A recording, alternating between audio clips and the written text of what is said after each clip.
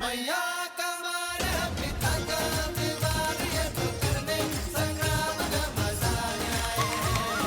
माथे पे तेज ले कांधे पे धनुष साजे दूजा बलि है बलवान आए हैं। अभी नहीं कुछ, उसे तनिक हमारे महाराज के निकट तो आने दो।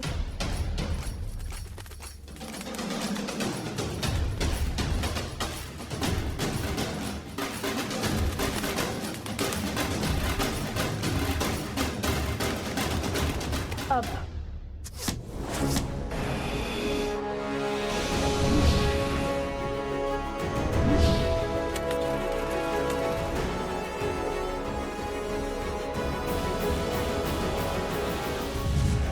वो देखिए तीर।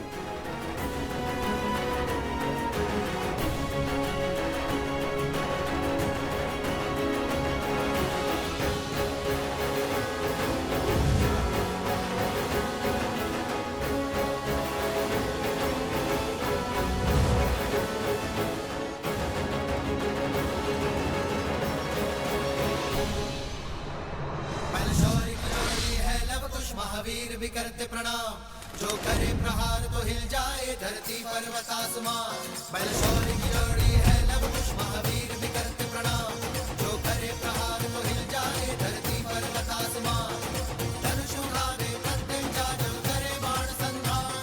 तो इनमें दिखे सीता का धीरज बल जैसे श्री राम। जाके राम की मर्यादा सीता का बलिदान। इनमें भक्ति में छोटे तो हनुमान आए। अद्भुत, वर्षों से ऐसी कला नहीं देखी मैंने। प्रभु, आपको प्रसन्न करने वाले ये धनुर्धर सामान्य नहीं हो सकते। ये अवश्य ही उन ऋषि कुमारों की लीला होगी। आर्य, सच कहते हैं आप। कुशध्वज, आप शीघ्र सैनिकों को उस ओर भेजिए। मुझे दोनों बालक चाहिए। ये तेजस्वी बालक किसी साधारण वंश के नहीं हो सकते। मेरा भी अनुमान यही है गुरुदेव। उनकी प्रतिभा निकट से देखने की इच्छा मेरी भी हो रही है महाराज, पर वो दोनों बालक है का? भला ये अपनी पहचान छुपा कर क्यों भाग ले रहे प्रतिभा बहनों?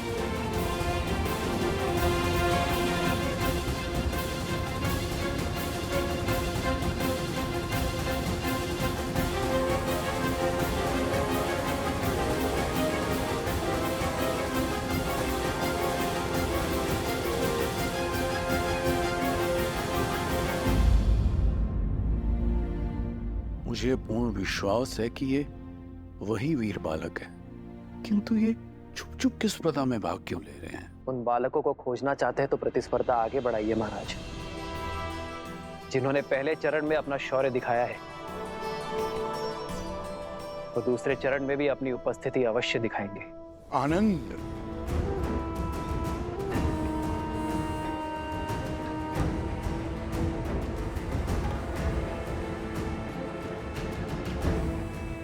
कोई बात नहीं।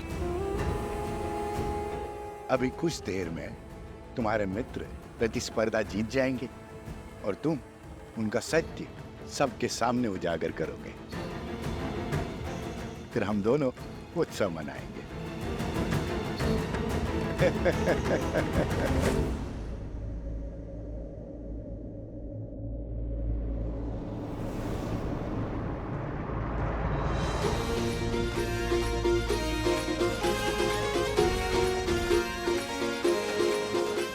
जाओ वहां, खोजो उन्हें।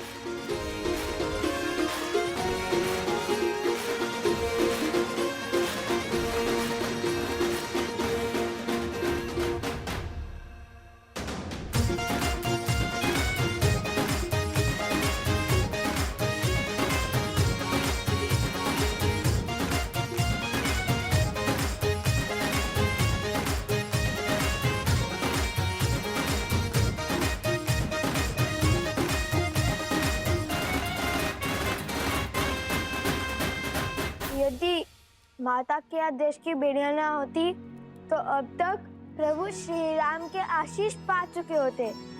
कदाचित माता सीता के भी।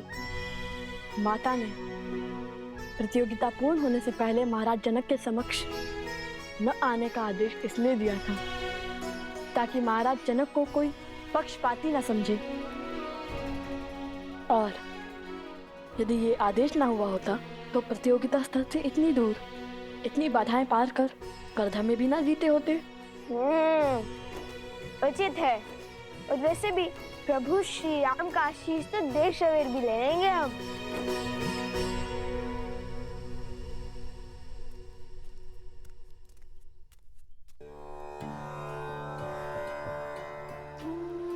कितने सुंदर और अनोखे पुष्प हैं वन देवी। कहाँ से मिले? आश्रम के आसपास तो ऐसे पुष्प नहीं है। फाल्गु नदी से लौटते समय लवकुश लेकर आए थे। इतनी सुंदर और अद्वितीय माला बनाई, किंतु इतनी छोटी क्यों?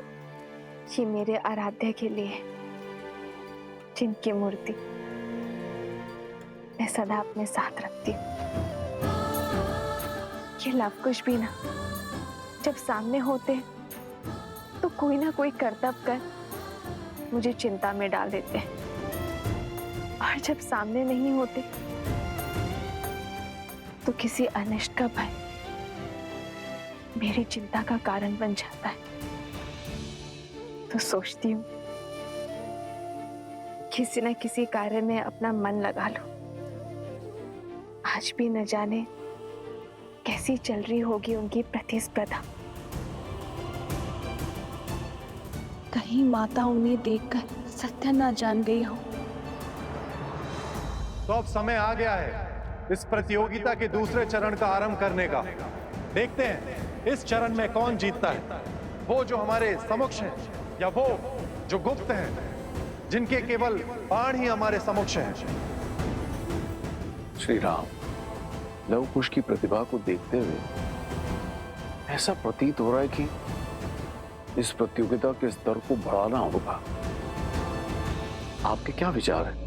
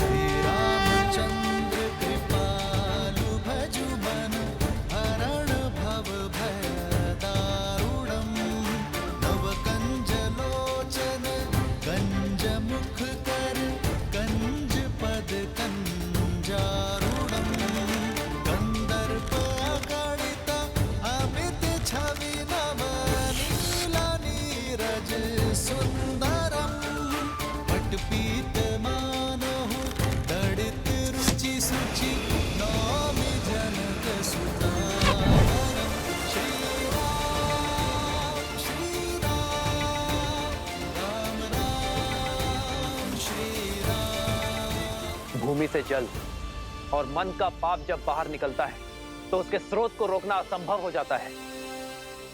आज जो धनुर्धारी इस जल के स्रोत को रोक पाएगा वही वास्तव में महान कहलाएगा, और इस चरण का विजेता भी।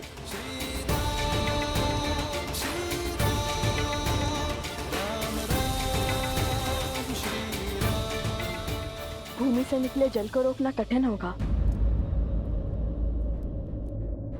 अत्यंत कठिन कार्य है श्री राम।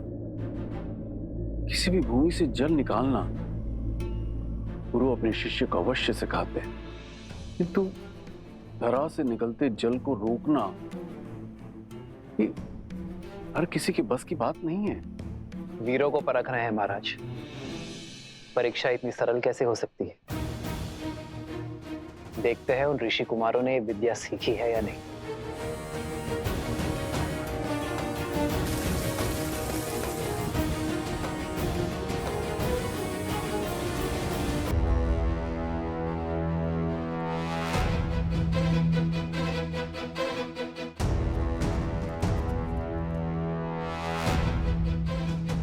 भैया, बिना माटी कंकड़ के इस धरती से निकलते जल को कैसे बंद करेंगे? असंभव।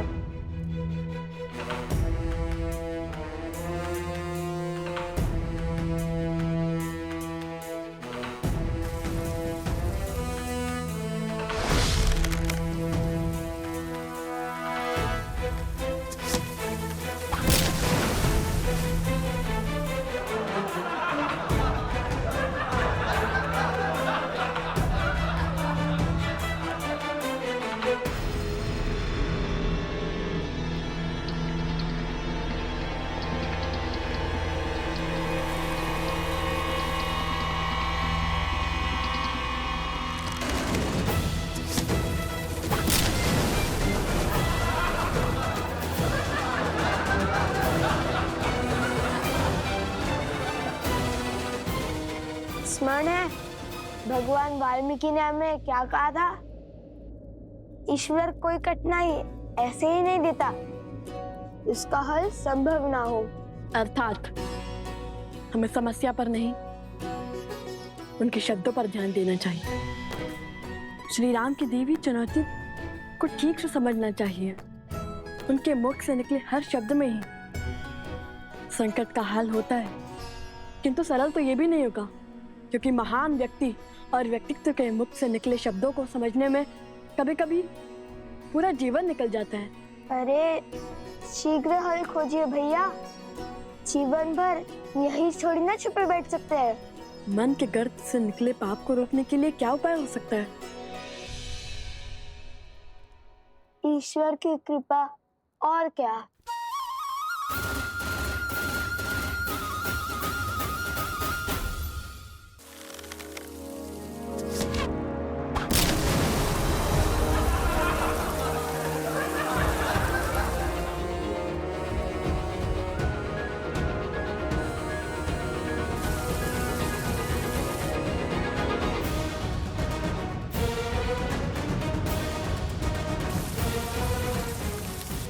लो, मिल गया उपाय।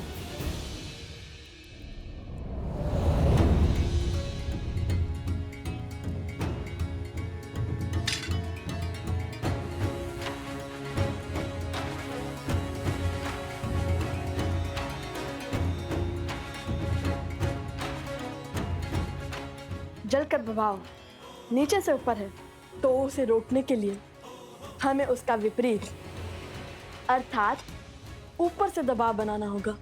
और श्री राम नाम के अतिरिक्त कौन है जो पाप के ज्वार और बहती जलधारा को रोक सके? अब इस जलधारा के मुख पर हमारे ईश्वर श्री राम नाम की मोहर लगेगी।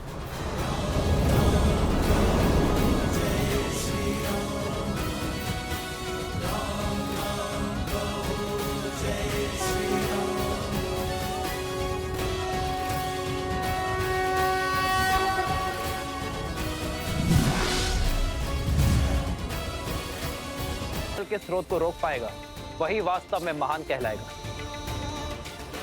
और इस चरण का विजेता भी।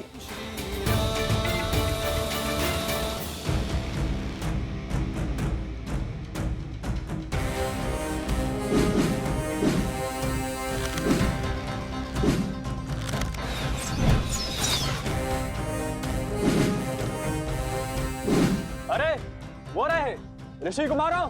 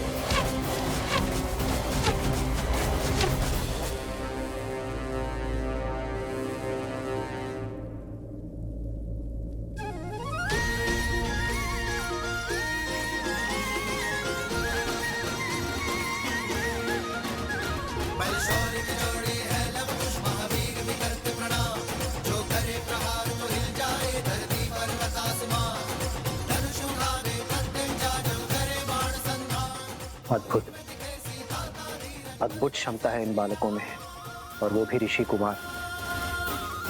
इस आयु में ऐसे धनुर्विद्या का प्रदर्शन तो राजकुमारों के भी बस की बात नहीं है। इनकी प्रतिभा अतुल्य है महाराज।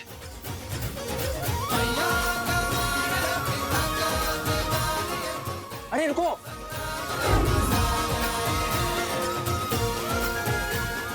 रोको। सैनिक भी इन्हें खोज नहीं पाए हैं महाराज। ये दोनों बालक असाधारण प्रतीत हो रहे हैं। आपने तो इनका पराक्रम निकट से देखा है, किंतु अब मुझे उन्हें प्रतियोगिता के अंतिम चरण को जीतते हुए निकट से देखने की इच्छा हो रही है। मैं स्वयं उन्हें खोजने की इच्छा रखता हूँ। अवश्य, मैं भी आपके साथ चलता हूँ। आपका यूं अतिथियों को छोड़कर जाना उचित नहीं होगा। आप यही रहिए। मेरे स्थान पर मेरा हनुमान उपस्थित रहेगा। जैसे प्रभु की इच्छा।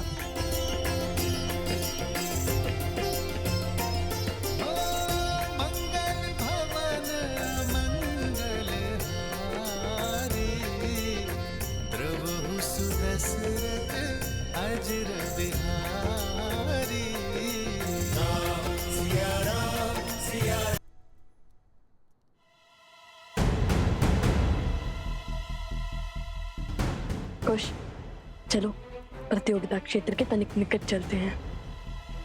अब यहाँ सब हमारी खोज में लग जाएंगे।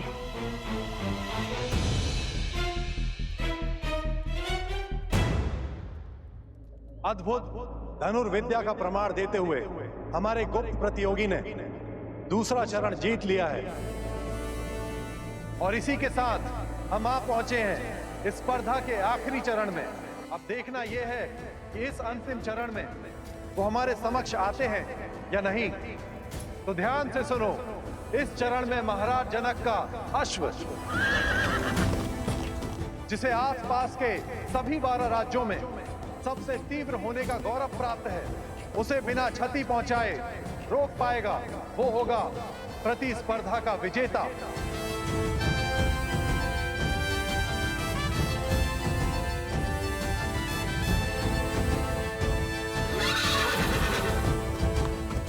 ये तो सच में असंभव है। भैया, अश्व के आसपास बाणों का घेरा बनाने से कोई लाभ ही नहीं होगा। वो एक छलांग में उसे पार कर लेगा। यहाँ से तो सब असंभव लगता है। अश्व भी दिखाई नहीं दे रहा है और प्रतियोगिता क्षेत्र तो उस और है ना।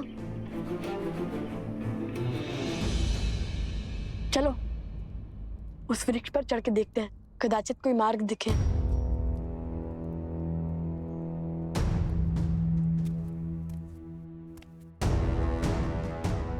सैनिक आ रहे, धनुष छुपाओ। ये लो।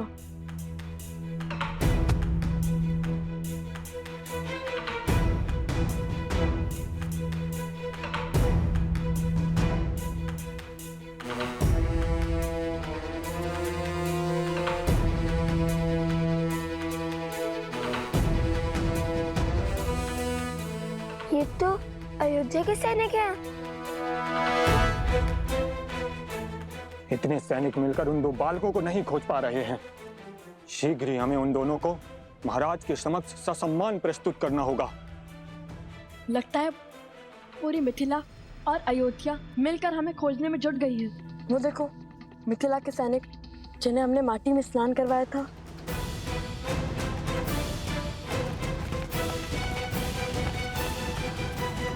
ये अकस्मात रुक क्यों गए? लगता है राजघराने से कोई आ रहा है।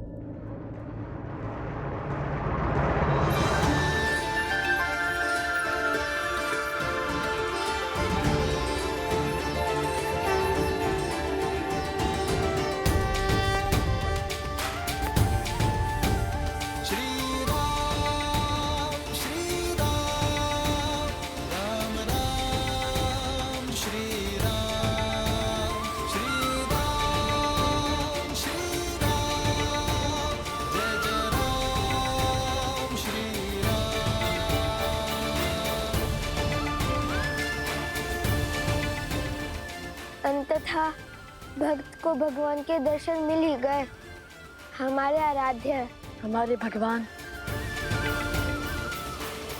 बिल्कुल वैसे ही जैसे सीता मैया ने विभीषण जी को बताया था।